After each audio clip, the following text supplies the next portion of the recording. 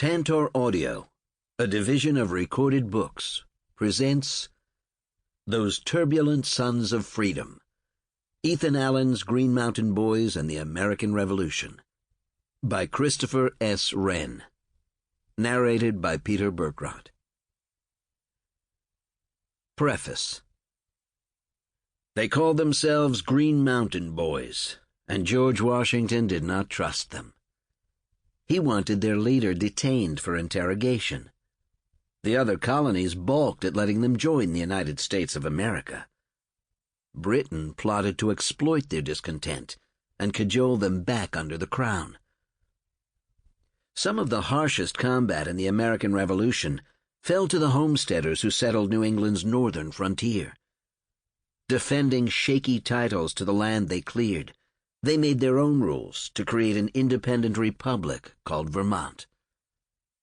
Insubordination flowed through the blood of these Green Mountain Boys and their kin. Driven by self-interest more than patriotism, they waged their own wars for independence, first against the neighboring colony of New York, which laid claim to their homes, and then against King George III in an insurgency across a boundless expanse of wilderness. Their disrespect of authority became a signature American trait that continues to manifest itself today. Choosing officers who led by example rather than rank, those turbulent sons of freedom, as one of Washington's toughest generals called them, excelled as light infantry rangers with tomahawks as well as muskets, which the best could fire as rapidly as 3 rounds per minute. The skirmish they started in this insignificant corner of the world, from London's perspective, would become a thread to unravel the tapestry of the ascendant British Empire, which had grown adept at ruling over restive subjects as far afield as India, French-speaking Canada, the Caribbean, and countless islands acquired in European wars and kept in thrall by redcoats and the Royal Navy. Missionaries were sent forth to propagate the gospel according to the Church of England.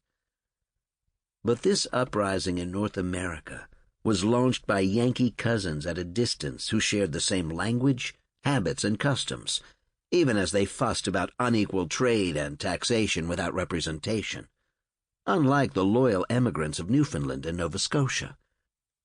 They offered Britain a wealth of valuable raw resources, from ship masts to potash and animal pelts, not to mention a dumping ground for convicts and other undesirables exiled to America.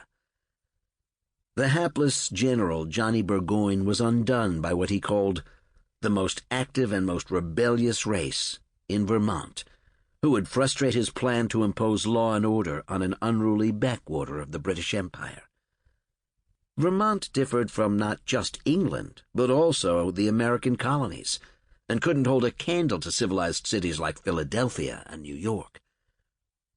So here is what happened in this wild and neglected corner of the American Revolution, as told through a strapping trio of Green Mountain Boys with outlaw bounties on their heads.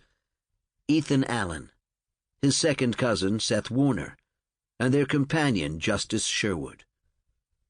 Allen, a charismatic rogue, would lose command of his Green Mountain Boys, botch an invasion of Montreal, and be shipped overseas in chains for a public hanging. His cool-headed cousin, Seth Warner, would forge the raucous Green Mountain Boys into a disciplined force whose hit-and-run tactics, honed in strategic retreats, helped save a broken, diseased American army from annihilation.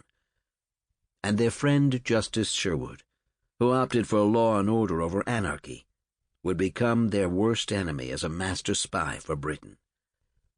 Hindsight assures us that the American Revolution would succeed, but those who fought on both sides could not foretell the outcome. This is their story, too. 1. A Land Rush North.